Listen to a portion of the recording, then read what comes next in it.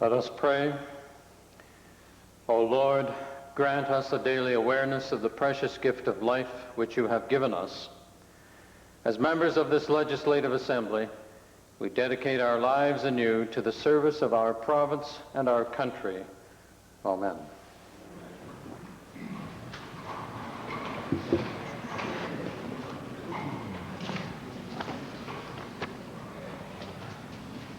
Introduction of visitors. Presenting petitions. Reading and receiving petitions. Presenting reports by standing and special committees. Notices of motions. Member for Calgary Forest Lawn. Thank you, Mr. Speaker. I'd just like to announce my intention upon completion of question period and understanding Order 40 to move the following motion. Be it resolved that the Legislative Assembly congratulate Holy Cross School in Calgary for receiving a National Council of Teachers of English Center of Excellence Award for helping students at risk. An award of special significance given that there were 500 applicants from across North America and only 2 awards were made in Canada. Right on.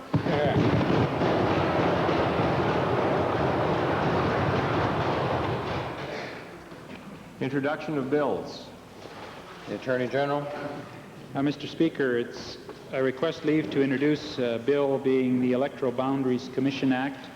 This bill is the result of the report of the Select Standing Committee on Electoral Boundaries, and look forward to the debate. The Honorable the Attorney General has moved first reading of Bill 57, Electoral Boundaries Commission Act. Those members in favor of first reading, please say aye. Aye. Opposed, please say no. Carried. Bill number 57, Electoral Boundaries Commission Act, introduced by the Honorable Mr. Rostad, is now read a first time. Westlock Sturgeon. Thank you, Mr. Speaker. I request leave to introduce a bill being number 253, the Alberta Farm Security Act. This bill, Mr. Speaker, would have the appoint a board that would have the power to suspend or stretch out payments, forestall foreclosures on any owner-occupied farm. The Honourable Member for Westlock Sturgeon has moved first reading of Bill 253, Alberta Farm Security Act. Those in favor of first reading, please say aye. Aye. Opposed, please say no. So ordered.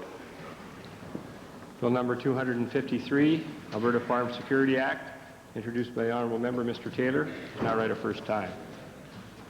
Tabling returns and reports. Minister of Economic Development and Trade. Mr. Speaker, it's my pleasure to table 4 copies of the annual report of the Alberta Opportunity Company for the year ending March 31st, 1990. Copies of the report have been made available to all members previously. Provincial Treasurer. Speaker, I'm pleased to file with the Legislative Assembly the financial statements for the year ended December 31st, 1989 of the Alberta Resources Railway Corporation.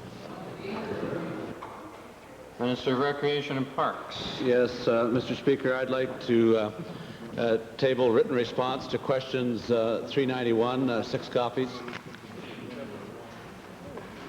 Thank you. Additional.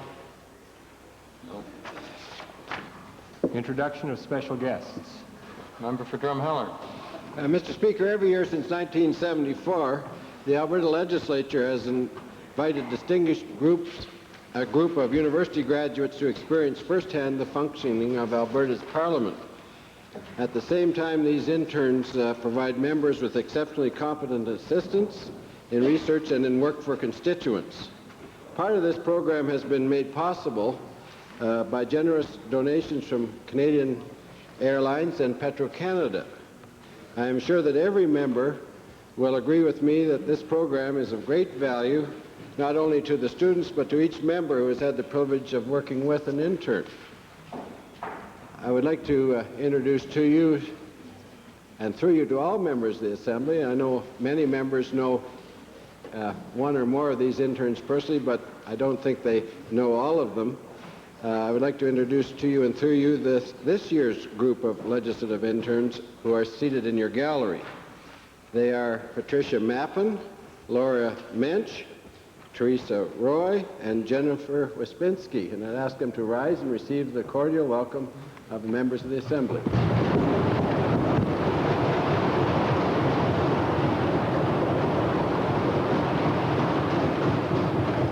Minister of Energy. Mr. Speaker, I'd like to introduce to you and members of the Assembly Mrs. Helen Yao.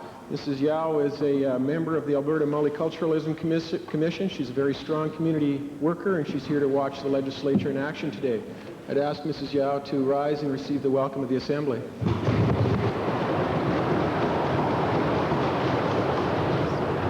Edmonton Millwoods. Mr. Speaker, I am pleased to introduce to you and the other members of the Assembly this afternoon a dynamic group of young students from Bassett Elementary School in the constituency of Edmonton Millwoods. They're here today with their teachers, Mark Edwards, Jerry Middlestat, Kelly Kay, as well as student teachers Susan Holland, Jill Archibald, and Karen Davidson. I'd ask them now to stand in the galleries and receive our very warm welcome.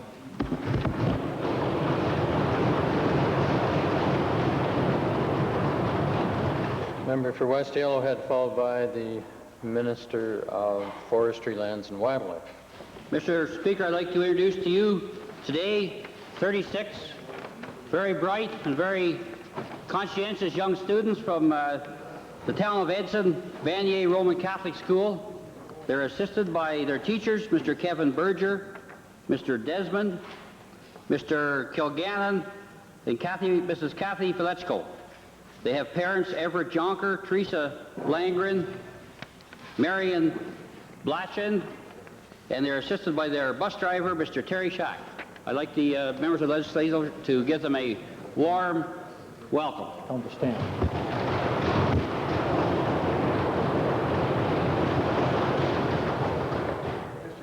There's a group from my constituency and other constituencies here this morning to demonstrate to everyone that their support for our court case against the GST. They're in the gallery, and I would ask them to, after I give their names, to stand and receive the usual cordial welcome. Mr. Alan Bullock, Mr. Gordon Scott, Aaron Wall, Mary Ellen Reelman, and Mr. and Mrs. Gosling. I would ask them to stand and please be recognized.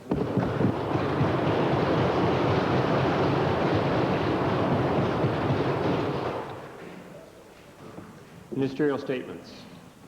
Oral question period. Mr. Speaker, to the Minister of Technology, Research and Telecommunications, Mr. Speaker.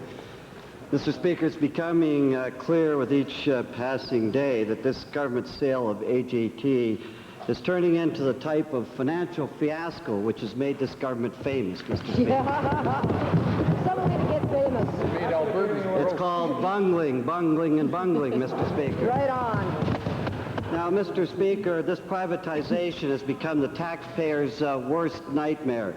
2 months ago, Mr. Speaker, the taxpayers found out that they would be forced to pay $21 million in dollars because of this government's bungling of the prospectus, Mr. Speaker. Yep. Today, we learn that taxpayers could be stuck with another huge bill because a German company called Robert Bosch is backing out of a deal to buy a half interest in Novotel.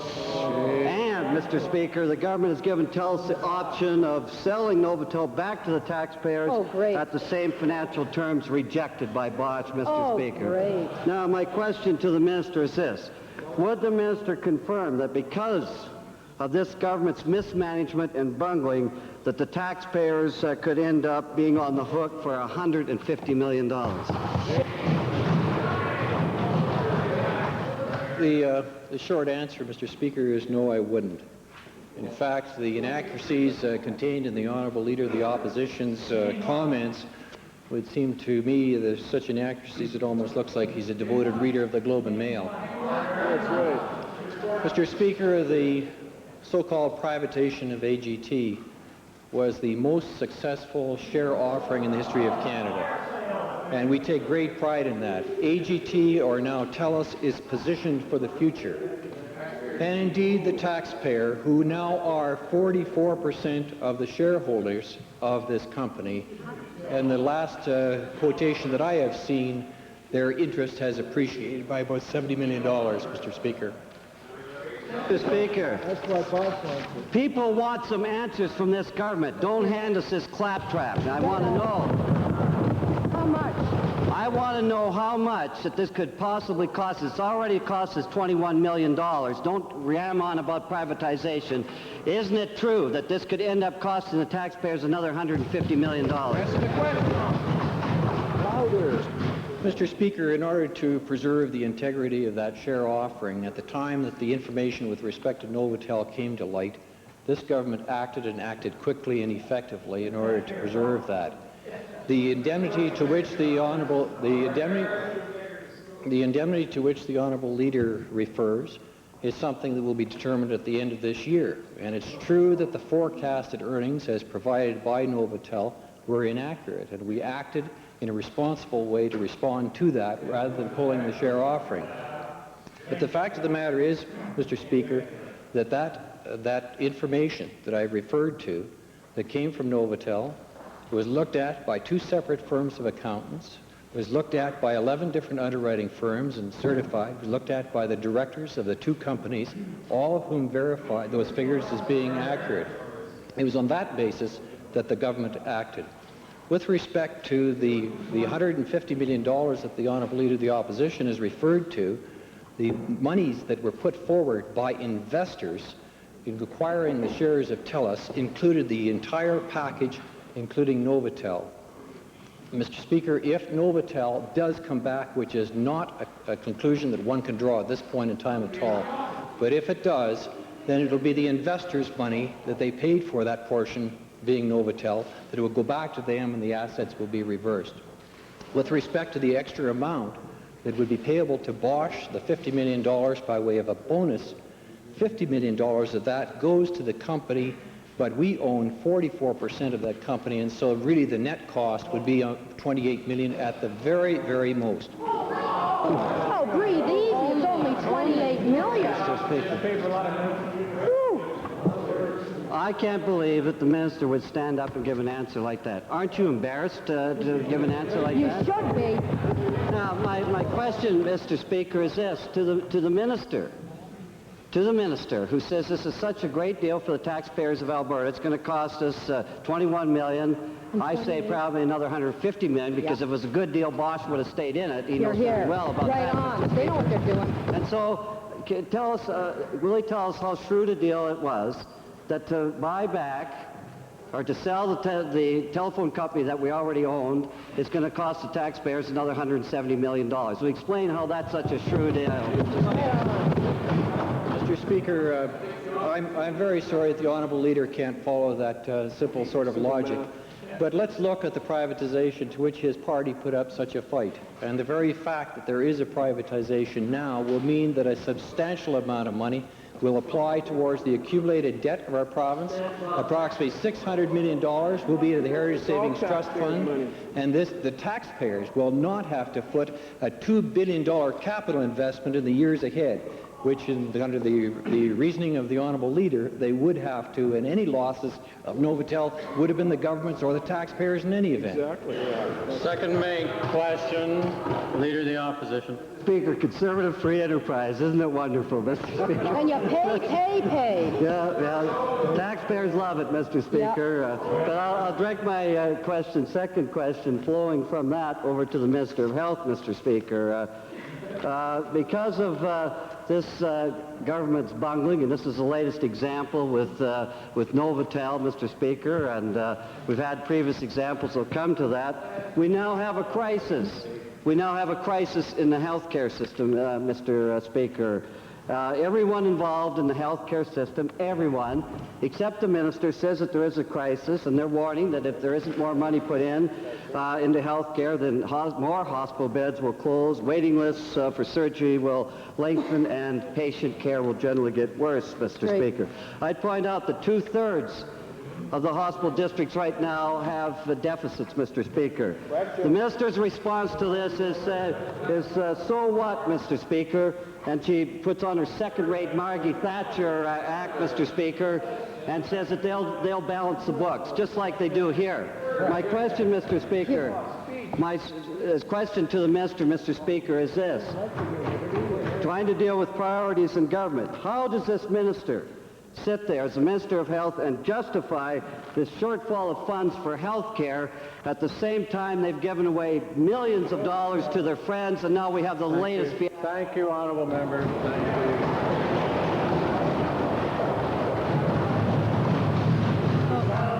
you. Mr. Speaker, what the Honourable Leader of the Opposition is suggesting is that we use increasingly our borrowing power of this government in order that we systematically and we deliberately, by doing so, are going to be lowering the standard of living of our kids that are living now in the future. Now, I happen to believe that living within our means is an important principle, and I think that applies to health as well. When we look at the resources that have gone into health this year, over and above last year, we are looking at an additional $240 million, Mr. Speaker. Thank you. On to the next question. Well, Mr. Speaker, isn't that nice? We've got to live within our means. Tell it to Minister of Technology. $150 million. Tell it to the Pocklington, $60 million. Tell it to GSR. Tell it...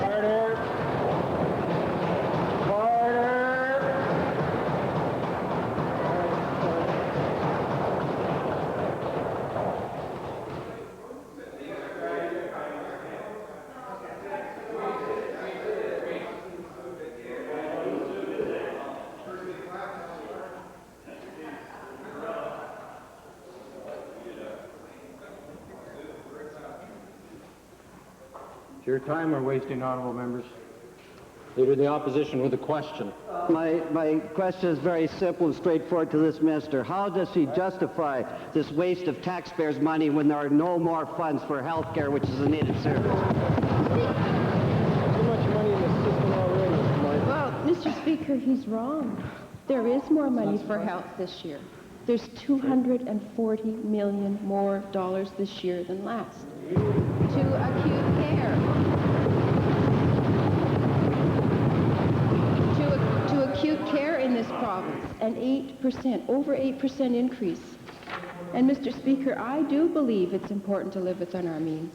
And I think health has to be part of that. And if the honourable member doesn't share that view, I'm glad it's on the record. But that's where this government stands, and that's why we're working on the health system. What a weak-kneed answer. What a weak-kneed answer. This is a government wasting millions and millions and millions and millions of dollars. And she's saying that there's no more money. Now, the Alberta Hospitals Association has said that we need $55 million. Will the minister go to that minister that's going to waste $120 and ask for that $55 million back for health care? Okay. Leader of the Liberal Party. Leader of the Liberal Party. Mr. Speaker,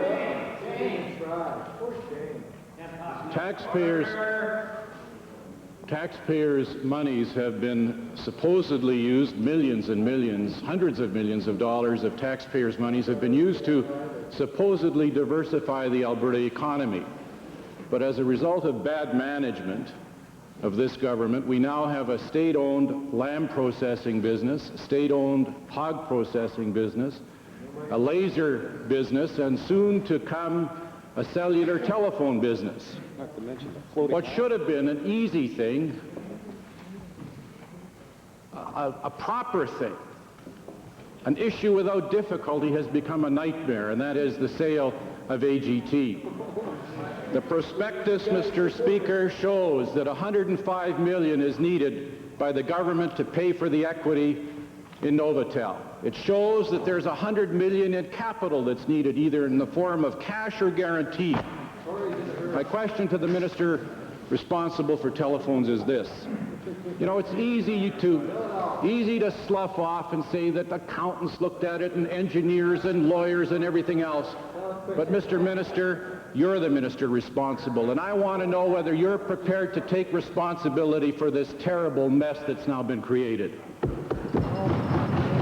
Well, Mr. Speaker, I can tell you... Forgive me, honourable member.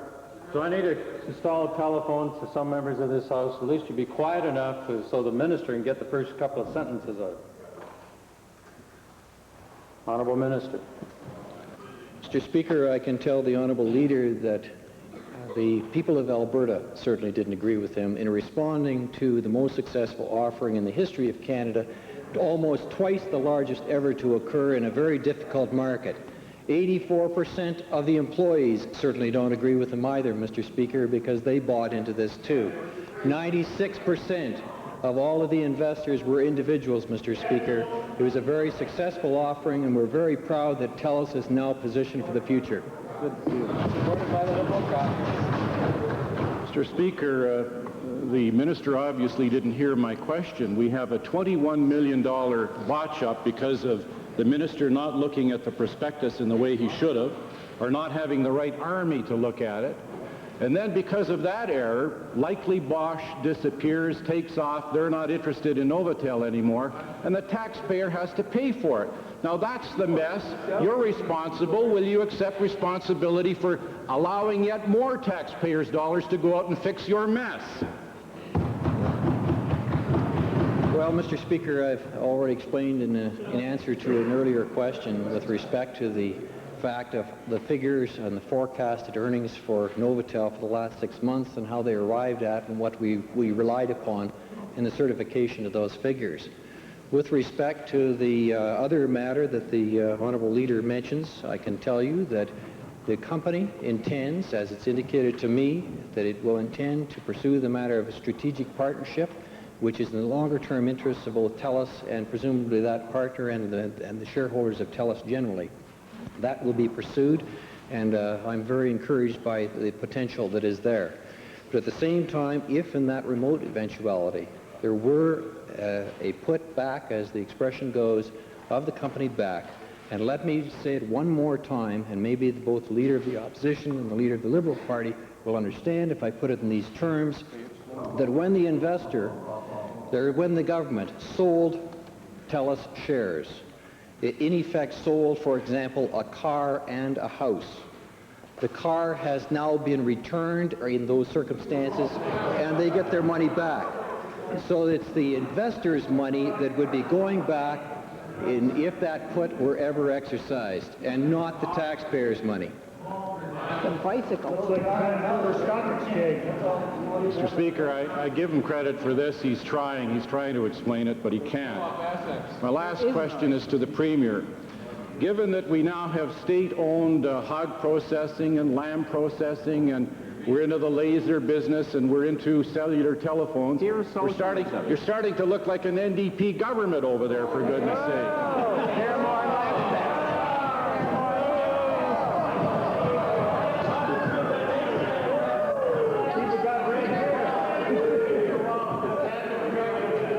We touched a nerve over here. Order.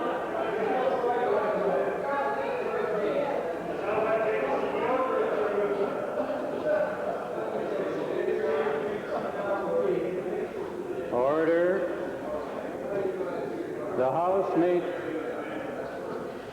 needs to be reminded. The House needs to be reminded, if the uproar continues, the chair has the right to discontinue question period. Order.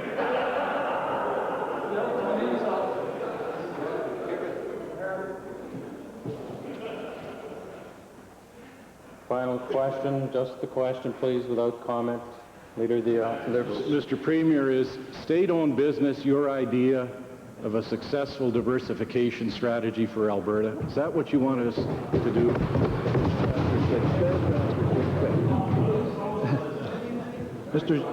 Mr. Speaker, one of the things that the government of Alberta and the people of Alberta are most proud of is that we have come through one of the most difficult periods of time that our province has ever faced. And we've been able to build a strong energy industry, strengthen our agriculture industry, diversify our economy, build a technology industry, have a forestry industry, have a tourism industry booming, have people all over the world selecting not Canada, but selecting Alberta as the place to invest in the world.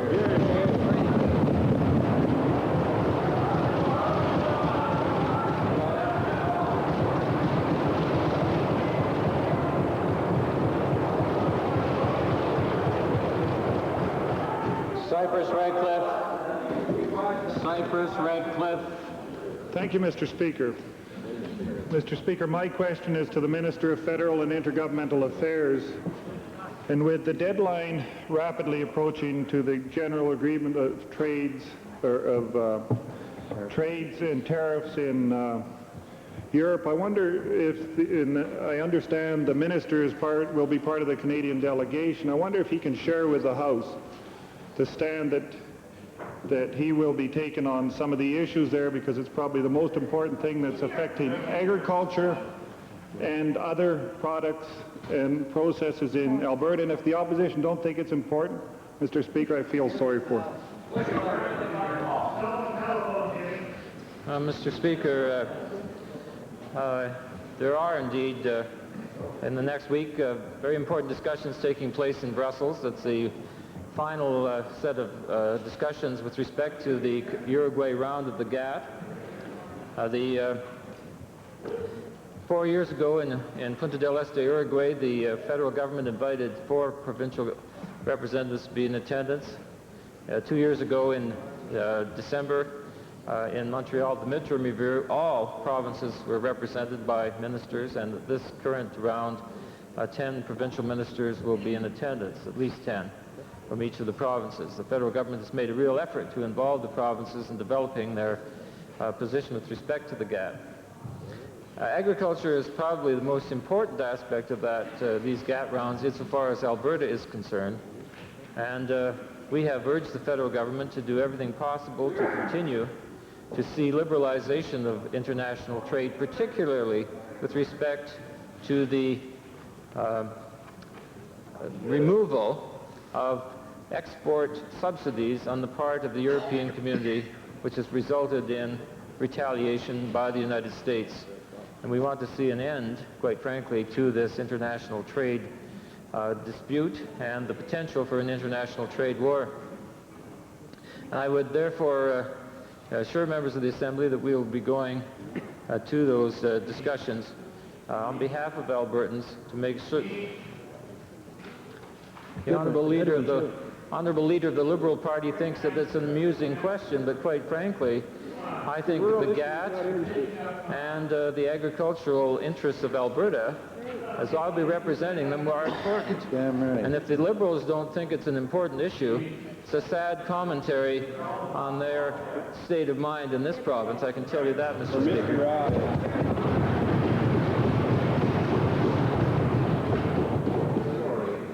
Mr. Speaker, I wonder if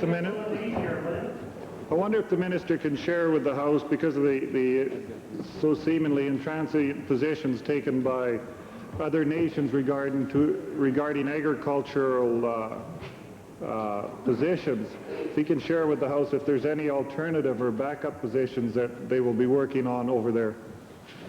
Mr. Speaker, it's a little early to say. The alternatives, I think, are basically 3: that the talks will succeed and an appropriate ratcheting down of international distorting trade measures will take place, or they will fail completely. The alternative, and this has been suggested by the U.S. recently, is that an extension will be granted for the determination of the issue in the few remaining months available to the United States in their fast-track process in the U.S. Senate. But quite frankly, I don't know what the outcome will be. I can say, however, that I am very apprehensive that if the current state of affairs continues, Canadian and Alberta agricultural interests will be sadly put at risk as a result of being ground between the 2 superpowers, the Europeans and the Americans, in what could be a very devastating trade war. And our government takes this to be a serious issue. We will work very hard with the other provinces and the federal government and the Cairns group of nations to see that there is a successful conclusion to this round, because it is vital for the future of Alberta. Edmonton Highlands. Thank you, Mr. Speaker. Yesterday, the Premier strolled in, plunked down a 3-page memo as if he was exonerated from charges of failing to comply with the legislative rules and strolled out again. But I wonder if the Premier bothered to read the memo, because on page 2 it says very clearly that during the period of the direct association and as the agent of the member with actual authority from the member, to which the Premier has already acknowledged is true, and became a party to a contract to which the Crown was also a party, which the Premier has also acknowledged is true. He failed to realize that he should have registered Lloyd McLaren as his agent on the public disclosure file. Is he now prepared to admit that he has failed to do that under the rules of the Assembly? Mr. Speaker, unfortunately, I assume that the honourable member from Highlands disagrees with the document which I filed, which was provided to me by parliamentary counsel, who felt that I had lived within the guidelines that we have in this province, and therefore I filed them. Mr. Speaker, the memo says no such thing. The memo indicates that the Premier is responsible for registering the agent, or the person he declares to be his agent, the person who declares to be the Premier's agent. The point, Mr. Speaker, is that this whole mess is a result of confused legislation and lack of rules or loose rules. Given that, and given that BC has already acted on the Walkowicz report, will the Premier now commit to bringing in legislation this sitting, this fall, to clean up the whole mess? Mr. Speaker, the honourable member makes several comments in her question, several of which have been dealt with before in the House. The whole idea that there is a loose conflict of interest rules, I think she is merely following along with newspaper articles that she is reading. I think, Mr. Speaker, we have a remarkable, unprecedented action taken, which I find really something special. And the Parliamentary Council have written to the Globe and Mail and have set out, in fact, how misleading and wrong the Globe and Mail has been in their assessment of the conflict of interest legislation, and points out the strong conflict of interest legislation that we have. In addition, Mr. Speaker, as you know, I have told the House that the report is being assessed and that we will have conflict of interest legislation and potentially additional code of ethics from a Premier's position for his cabinet in the spring. That has been dealt with several times in the House. The honourable member may have a legal opinion, but that's her legal opinion. Calgary McKnight. Thank you, Mr. Speaker. Mr. Speaker, in the throne speech, remember the throne speech? This government committed itself to ensure that Alberta students have access to all levels of education, regardless of where they live in the province. When faced with statistics that prove there is no room in the post-secondary institutions, the Minister of Advanced Education always claims that there is.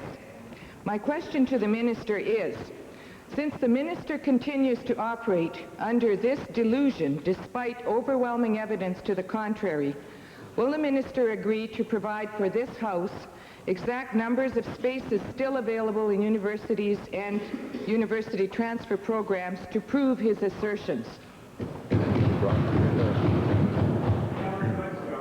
Mr. Speaker, the honourable member knows full well we have the 28 institutions in Alberta plus the private colleges, plus some 105 vocational institutions.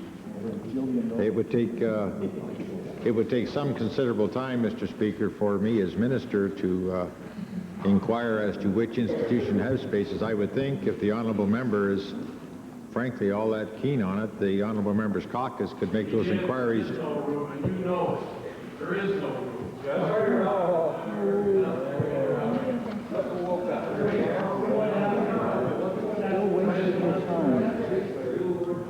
Mr. Speaker, I think the honourable member from McKnight or her caucus could make those inquiries just as easy as I could. Mr. Speaker, we have made very thorough inquiries, and there is no space. Even the University of Lethbridge Vice President on Wednesday indicated that they are beyond capacity and will be turning students away next year.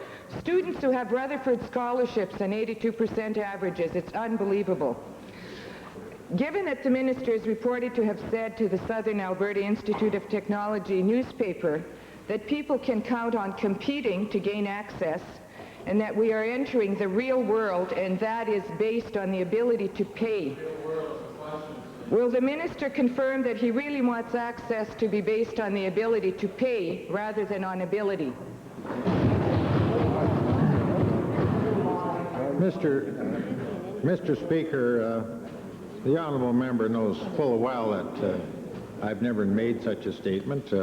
Institutions in this province which have great track records have said, and rightly so, that they will not turn away any student who has the capability of getting into the institution as long as that student's prepared to compete. Now, if the honourable member is suggesting that our institutions should not be able to set admission standards to enter those institutions, then the honourable member should say it, because at the moment the admission policies are set by each of the institutions, and if they feel that the admission standards must be made higher, surely we must have confidence in those institutions to allow that. Calgary Glenmore. Mr. Speaker, the Alberta Wilderness Association has been circulating some literature that has caused the public a great deal of concern regarding the future use of land protection towards natural wilderness of wild rivers and wildlife. And there's been indication that in the year 2000, the possibility of dedicated wilderness lands to conservation will vanish. And vast resource development and urbanization are encroaching on these wildlife boundaries, and apparently the Department of Parks and Recreation have been doing assessment on these boundaries. And I'd like to ask the Minister of Parks and Recreation if he could indicate how he has planned to retain the provincial wildlife protection, particularly in relationship to the Kananaskis country. Mr. Speaker, the question alluded to the Alberta Wilderness Association's recent report in relation to the amount of lands in the province of Alberta that have been set aside.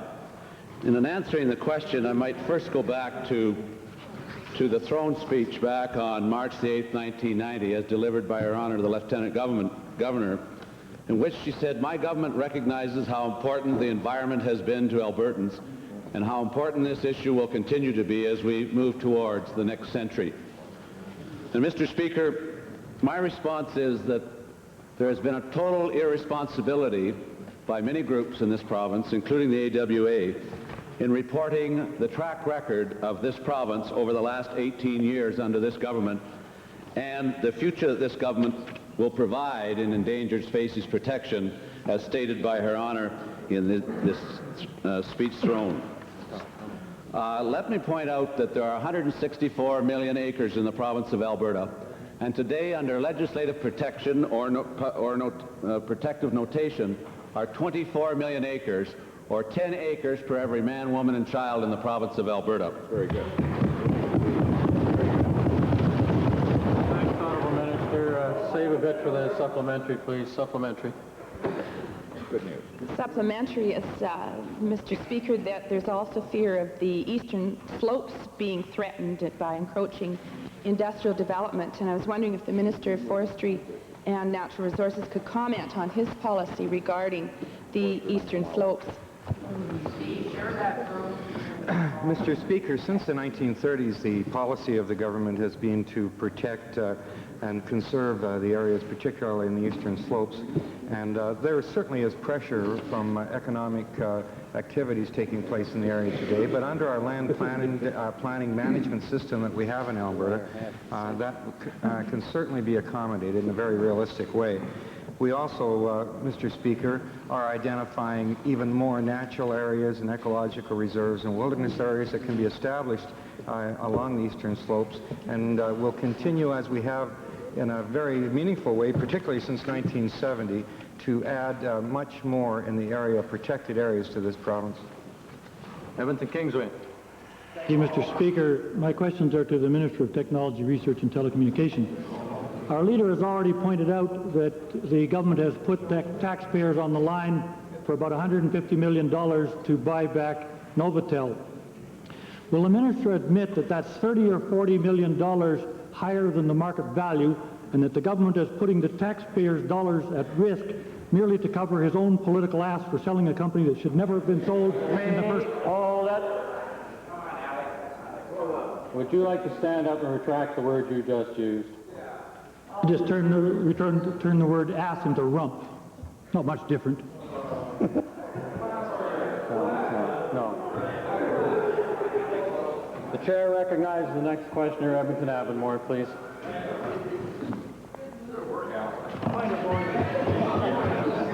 Honourable member, don't even bother trying. Member for Edmonton Avonmore. Mr. Speaker. Sit down, Alex. Just keep your place, thank you. Edmonton Avonmore has been recognized for the third time. Please continue. Mr. Speaker, my questions are to the Solicitor General. The response Tuesday of the Solicitor General to my questions in regard to treatment for men who battered their wives reveals a profound lack of understanding of the dynamics of spousal abuse. Batterers are not mentally ill, and they rarely take responsibility for their behavior unless forced to do so through court-mandated treatment. Given that untreated offenders become repeat offenders, and if the minister does not take action, even more women will have to be turned away from our shelters. Will the minister now reconsider his position in regard to treatment? Please, so we can hear the question and the answer. Well, Mr. Speaker, I would like to, in response to the question from Edmonton Avonmore, review very quickly and very shortly the initiatives of this department as Solicitor General responsible for policing. I'm going to answer the question, but I'm merely saying to begin with that I am the minister responsible for policing, and that is what we did in our initiatives. And we look to reduce the incidence of family violence through early police initiation. We look to increase the public awareness of the criminal nature of family victims, and we look to design initiatives in a number of key areas which would reduce the incidence of family violence. And it's a very great concern to us. However, there has been a department involved in this area for at least a number of years, and also I have no jurisdiction whatsoever, Mr. Speaker, to be advising the judges what type of sentence they should be handing out in these incidents. Mr. Speaker, as far as I understand, the Solicitor General is responsible for corrections as well as policing, and that criminal justice intervention includes rehabilitation as well as punishment. Mr. Speaker, the minister recognizes the need for treatment for a whole range of offenders that are incarcerated through the provision of programs in correctional facilities. Will the minister tell us why he will not commit to providing treatment to those who have been found guilty of spousal assault but who are not incarcerated?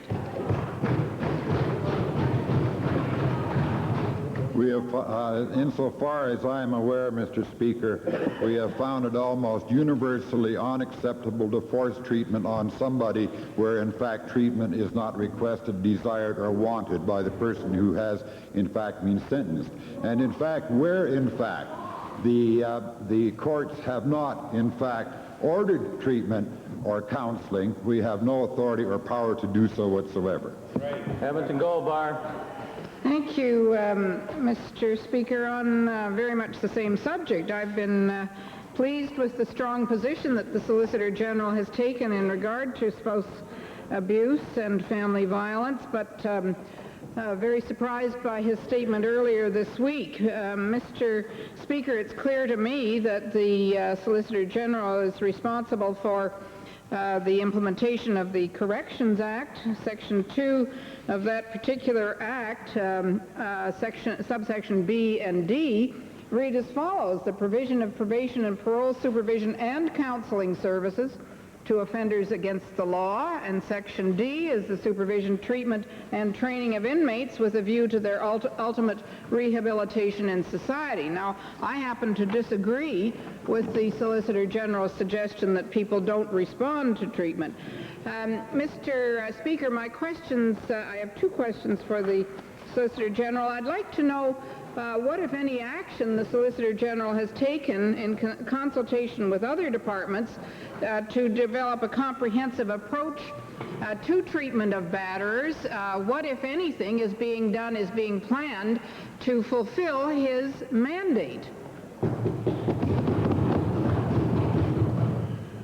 Mr. Speaker, we most certainly do fulfill our mandate, and the regulation or legislation that was being read by the honourable member opposite, in fact, is where there is counseling needed and required as a condition of probation. There is no question in the world that we fulfill that role where it is a condition of probation, and we have never avoided it nor tried to avoid it. Our area on this whole matter was in enforcement, in police education, in victim support, in public awareness, and in research. Those were the 5 areas announced, and those are the 5 areas that we are in fact following through with. Well, I hope, Mr. Speaker, that the Solicitor General will report to the House on that particular item, and where there are people being treated as a result of what he has just told us. Mr. Speaker, my second question is to the Solicitor General. Is the Minister aware of the very successful program in London, Ontario, which employs a team approach when an incident of family violence is reported, where a social worker accompanies the police officer into the home with extensive follow-up counseling for the victim and the abuser? Is there any intention to develop such a plan and such a sensitive system for Alberta? I thank the honourable member for the suggestion, and it may well be worth looking into. I would suspect any successful program, in fact, would be. But through the Solicitor General operates a police force where we perceived that early intervention was the best action that this department could take through those forces that we, in fact, are responsible for. Thank you. Member for Wainwright. Oops. May I supplement some information given by my honourable colleague? Mr. Speaker, I think it's important to put on the record as well, through the Departments of Solicitor General, Family and Social Services and Health, the role of the Interdepartmental Committee on Family Violence, which is looking at services for victims and perpetrators of family violence, and is through the direction of the Honourable Minister of Family and Social Services, looking at the things we might do in a more coordinated, as was suggested by the Honourable Member, in a coordinated way. There is some issue with respect to the role of mental health in the issue of family violence and with perpetrators of family violence, and some question whether or not it is an appropriate place. The Interdepartmental Committee on Family Violence is making those recommendations to those ministries and then through to our Social Planning Committee. Member for Wainwright, followed by Calgary Forest Lawn. Thank you, Mr. Speaker. My question is to the Minister of Agriculture, and it's concerning the ethanol industry. Farmers are searching eagerly for new markets for their grain. In 1986, your department did a study regarding the feasibility of an ethanol industry here in Alberta, which showed that the industry could not operate without being quite heavily subsidized. Given that there's been some significant changes in the oil and grain prices, has the minister considered an update of that study to take another look to see whether or not the industry could be viable? Mr. Speaker, I could share with the honourable member that we are currently finalizing a study that we funded jointly with one of the community future groups in the province. I haven't had the opportunity yet to review the final draft, but I have seen the preliminary version of it. The study was designed to look at an integrated plant tied in with a feedlot operation. The preliminary information would indicate that it would still require a subsidy in the tune of about 25 cents a liter for ethanol, which would translate to 2.5 cents per liter for a 10% gasohol mixture. To the Minister, would the change in the method of payment of the co-benefit be enough to allow the industry to become viable and competitive so farmers could have these markets? As soon as the first study is finalized, that is the next study we are going to proceed to, will be the impact of a change in the method of payment on that potential industry. I can't say at this point in time whether that would bring it to the turning point economically without a subsidy. I would doubt it, but it would certainly be an aid in that direction. And I suppose in that connection, I would be very interested in seeing how the official opposition takes a position on motion 221 next week. Calgary Forest Lawn. Speaker, as the Attorney General is undoubtedly aware, there's a serious backlog of cases in the court system in Calgary. This represents a serious threat to the whole judicial system of the province. Now, a major cause of the problem is the fact that each month hundreds of Calgary youth are forced into mandatory court appearances for relatively minor transit violations, mostly for trying to ride free of charge in the LRT system. So my question to the Attorney General is, why doesn't the Minister use the scope provided under the Young Offenders Act and allow these youth the option of paying a fine? Mr. Speaker, I'd like to first correct the honourable member in the fact that the allegation that there's serious court delays. We have the best court system in Canada. We have the shortest delay, delay times in Canada, and I defy the honourable member to show anything different. There is definitely an increase of youth offenders in Calgary in the context of the judicial system across Alberta. And most of them do relate to the C-train or the LRT system in Calgary. The judicial system, which includes the Attorney General's Department, the judiciary, and justices of the peace, are looking at alternative ways of handling the less serious offenses. They could be brought before justices of the peace. The alternative measures programs could be implemented, and that we are looking at to ensure that the delay in the youth court is effected. Thank you, Mr. Speaker. Well, I just wish the Minister would quickly follow his own advice, which is to look at non-traditional ways of doing things. And in the case of the young offenders, that it could include educational programs in the schools. It could look at a first warning strategy or having some type of community mediation. But why is it taking the Minister so long to implement these alternatives? Why? What's going on over there? Wake up, Ken. Mr. Speaker, it hasn't.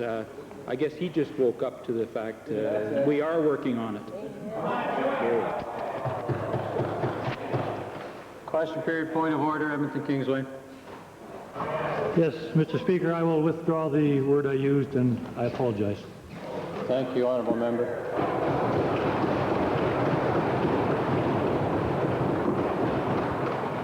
As noted earlier, Standing Order 40 request, Calgary Forest Lawn. Mr. Speaker, with respect to urgency, yesterday the Holy Cross School in the city of Calgary was awarded a Center of Excellence Award that was presented to them by the National Council of Teachers. Now, this is a high-needs school, and present at the awards ceremony were representatives from the Catholic Board of Education as well as a representative from the Department of Education. And I think it would generate considerable positive reinforcement if that award that was presented yesterday were followed up by support for this motion, which I've introduced today. Now the question is the request for unanimous consent in order? Those in favor, please say aye. Aye. Opposed, please say no. Thank you. Carried. Calgary Forest Lawn. Thank you, Mr. Speaker. First of all, I would like to express an appreciation to the government and to the Minister of Education for introducing the high needs funding program which made this program at Holy Cross School possible. The Catholic Board of Education in the City of Calgary provided Holy Cross School with some $40,000 as their share of the funding that went to a high-needs school. And out of that, they developed a program to meet the needs of children in kindergartens through grade 1, 2, and 3 that were at high risk. The program had just a very few simple elements to it. It involved hiring 2 instructional aides. It involved a hands-on experience with the students. It involved such things as expanding cooking opportunities, crafts opportunities, music opportunities, etc. A third element involved a program for parents to help them develop parenting skills. A fourth part of it was a home reading program. So all in all, it was a very successful program, and as I point out in my motion, this was only one of 2 schools in Canada that were recognized by the National Teachers of English. So I think it's a deserving program, and it's made an effective contribution to the community, and by extending this recognition, I think it will encourage all of the people that participated in this program, who weren't just teachers, by the way, but many parents that donated a lot of volunteer time, and I would ask the members to support this motion unanimously. Hear, hear. Member for Calgary McKnight, thank you. Thank you, Mr. Speaker. Mr. Speaker, I'm so pleased that the member from Forest Lawn has brought this motion forward. Of course, the success of the program at Calgary's Holy Cross School is an indication of the former leadership of the Calgary Catholic School Board. No, I do want to be more serious than that and say that I believe it's so important that we address the needs of our students at risk, and that I am most pleased to support this motion and ask that the Assembly also support it. Thank you. Minister of Advanced Education. Mr. Speaker, we on the government side would be pleased to support the motion, the honourable member for Calgary Forest Lawn. It's long been known, as stated by the Minister of Education in Alberta, that Alberta students are second to none, and when one sees a program such as the Centre of Excellence, it reminds people, Mr. Speaker, of something that occurred some 15 years ago in Alberta when one of our own members of this Assembly, the member for Public Works, Supply and Services, was the leader of a team that won national honors on the program Reach for the Top. And I think we can all be proud, Mr. Speaker, the Honourable Ken Kowalski with a...